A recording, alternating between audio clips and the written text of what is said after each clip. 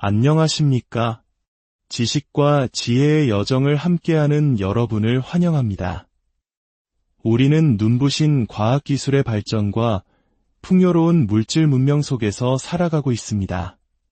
하지만 이토록 바쁘게 돌아가는 현대 사회 속에서 우리는 잠시 멈추어 우리를 둘러싼 영적인 세계에 대해 생각해 본 적이 있을까요? 오늘 우리는 역사 속 한 중요한 변곡점이었던 19세기로 시간여행을 떠나보려 합니다.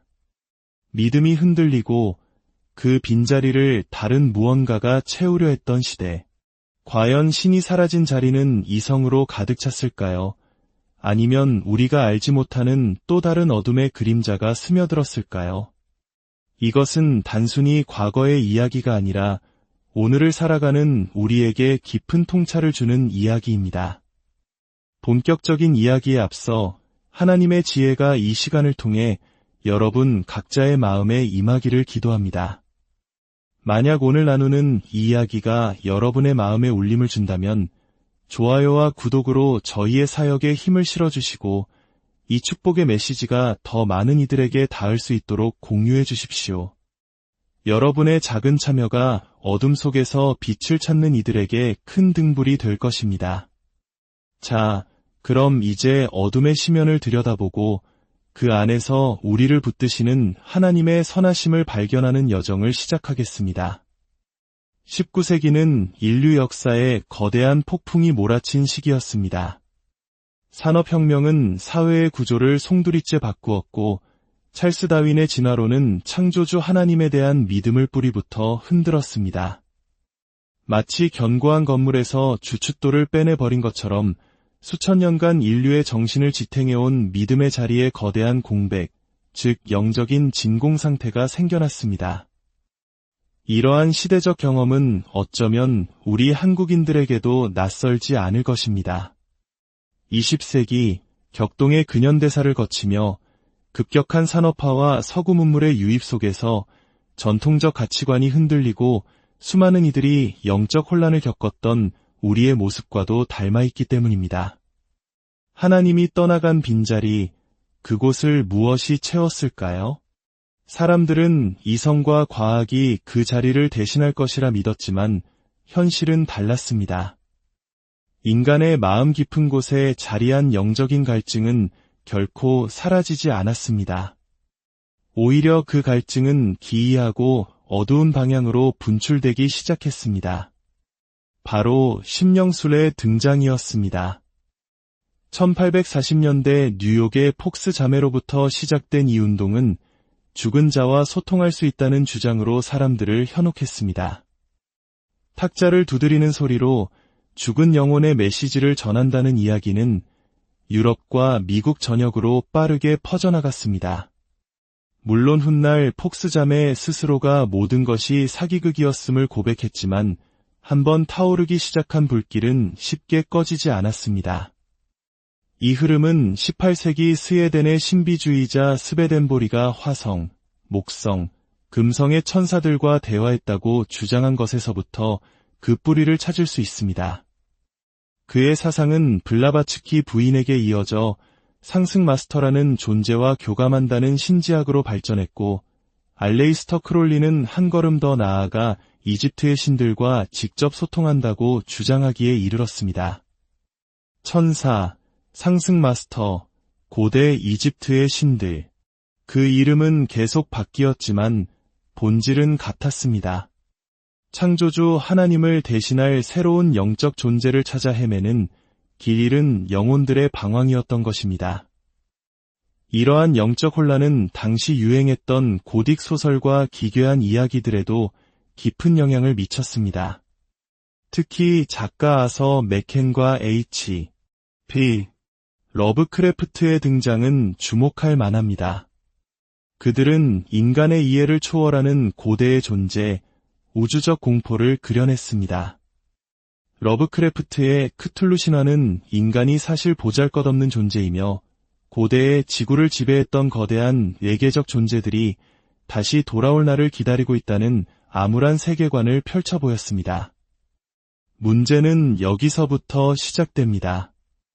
허구의 소설 속에 담겨있던 이 기괴한 상상력이 어느 순간부터 숨겨진 진실로 포장되기 시작한 것입니다. 1960년대 프랑스의 작가들은 러브크래프트의 소설에서 영감을 받아 마법의 새벽이라는 책을 출간합니다.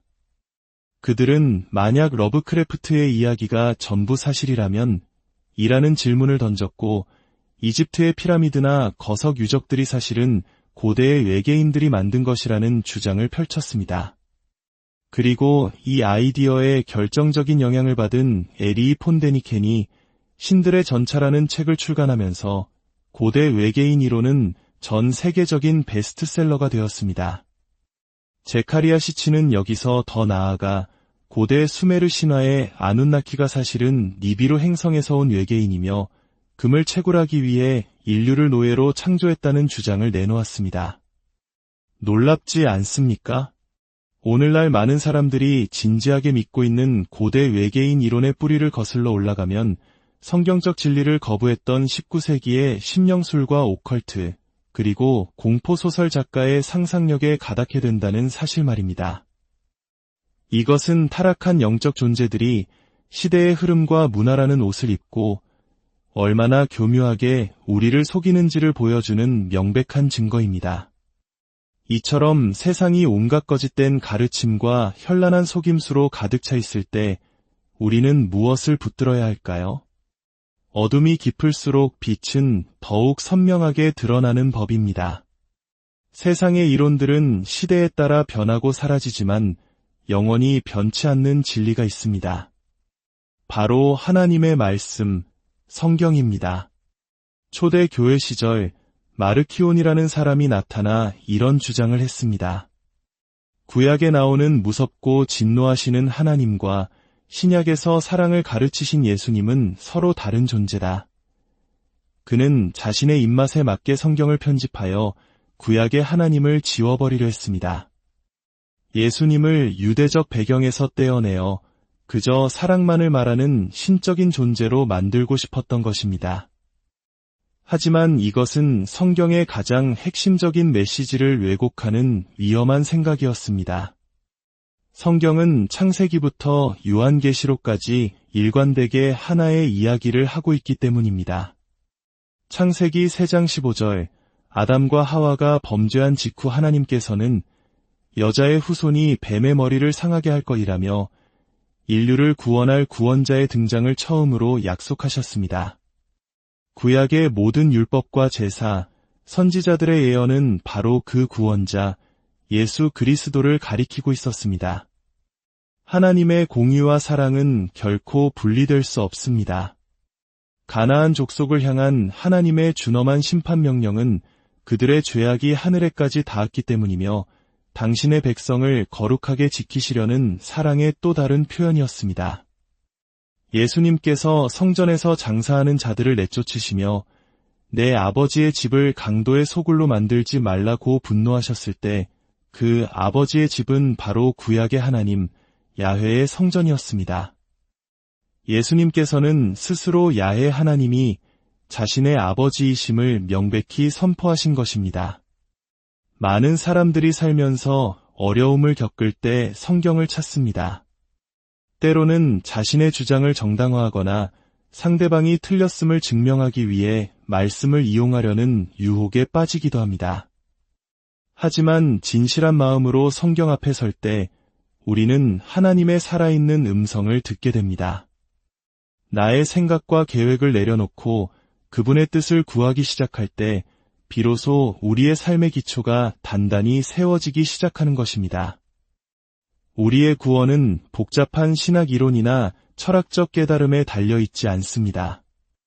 사도 바울이 고린도전서 15장에서 명확하게 선포한 복음의 핵심은 놀랍도록 단순하고 명쾌합니다. 첫째, 그리스도께서 우리의 죄를 위하여 죽으셨다는 것. 둘째, 그분께서 장사 지낸 바 되셨다는 것. 셋째, 성경대로 사흘 만에 다시 살아나셨다는 것. 이것이 전부입니다. 이 역사적 사실을 마음으로 믿고 입으로 고백할 때 우리는 하나님의 자녀가 되는 권세를 얻습니다. 십자가 위에서 죽어가던 강도처럼 우리의 삶이 어떠했든 상관없이 진심으로 예수님을 나의 구주로 영접하는 그 순간 우리의 이름은 지워지지 않는 어린 양의 피로 생명책에 기록되는 것입니다. 그렇다면 19세기 사람들을 사로잡았던 유령과 영혼의 정체는 과연 무엇일까요? 오늘날에도 여전히 많은 사람들이 미스터리 현상으로 여기는 그것들에 대해 성경은 무엇이라고 말하고 있을까요? 성경은 죽은 사람의 영혼이 이 땅을 떠돌며 산 사람에게 영향을 미친다고 말하지 않습니다. 오히려 성경은 우리에게 또 다른 영적 존재들의 실체에 대해 경고합니다. 창세기 6장에는 하나님의 아들들 즉 타락한 천사들이 사람의 딸들과 결혼하여 네피림이라 불리는 거인들을 낳았다는 충격적인 기록이 나옵니다. 예수님 당시의 유대인들과 초대교회는 노아의 홍수 때 육체는 멸망했지만 그들의 악한 영은 이 땅에 남아 세상을 떠돌며 사람들을 괴롭히고 속이는 존재, 즉 악한 영 또는 귀신이 되었다고 믿었습니다. 신약 성경에서 예수님께서 수없이 쫓아내셨던 바로 그 존재들입니다. 고대 근동 지방에는 키스푸라는 의식이 있었습니다. 조상들의 조각상 앞에 빵과 물을 바치며 그들의 영혼을 달래는 제사였습니다. 이러한 조상 숭배 문화는 비단 고대 근동뿐 아니라 우리 한국 문화를 포함한 전 세계 모든 문화권에서 발견됩니다. 조상을 기리고 공경하는 마음 자체는 귀한 것이지만 성경적 관점에서 볼 때 우리가 경계해야 할 부분이 있습니다. 바로 그 의식의 대상이 정말 우리의 사랑하는 조상들이 아닐 수 있다는 것입니다. 성경은 우리가 그러한 의식을 통해 접촉하는 존재가 사실은 죽은 조상의 영을 가장한 악한 영들일 수 있다고 경고합니다. 그들은 사람들의 그리움과 슬픔을 파고들어 자신들이 마치 죽은 가족인 것처럼 행세하며 결국 사람들을 하나님으로부터 멀어지게 만들고 거짓된 길로 이끌어갑니다. 이 영적 전쟁은 오늘날에도 계속되고 있습니다. 19세기에는 심령술과 유령 이야기의 모습으로 나타났다면 20세기와 21세기에는 UFO와 예개인, 뉴에이지 운동, 그리고 각종 사이비 종교의 형태로 우리에게 다가옵니다.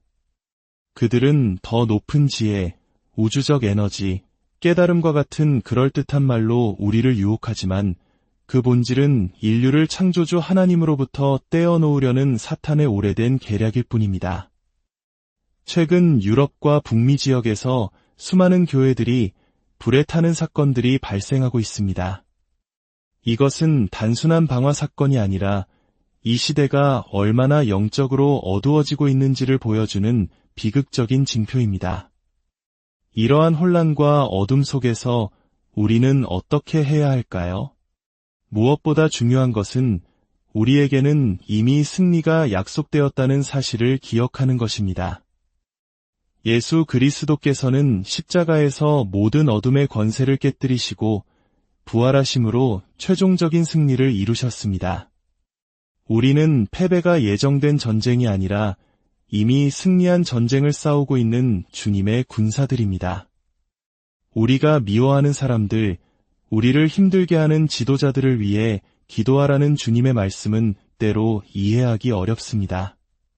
하지만 그 명령에 순종할 때 우리는 미움의 사슬에서 벗어나 하나님의 사랑으로 세상을 바라보는 눈을 갖게 됩니다. 사랑하는 여러분, 세상은 앞으로 더욱 혼란스러워질 것입니다. 수많은 거짓 그리스도와 거짓 선지자들이 일어나 우리를 미혹하려 할 것입니다. 하지만 두려워하지 마십시오. 우리 안에는 세상보다 크신 이 성령 하나님께서 함께 하십니다. 날마다 하나님의 말씀을 굳게 붙드십시오. 진리의 허리띠를 띠고 이에 호심경을 붙이고 복음의 신을 신고 믿음의 방패와 구원의 투구 그리고 성령의 검곧 하나님의 말씀을 가지십시오. 어둠의 세력들은 우리가 누구인지 우리가 얼마나 강력한 무기를 가졌는지 있게 만들려고 발버둥칩니다. 하지만 기억하십시오. 우리는 빛의 자녀이며 천지를 지으신 하나님의 상속자입니다. 오늘의 이야기가 어둠의 실체를 분별하고 우리를 향한 하나님의 변함없는 사랑과 그 위대한 계획을 다시 한번 깨닫는 시간이 되었기를 소망합니다.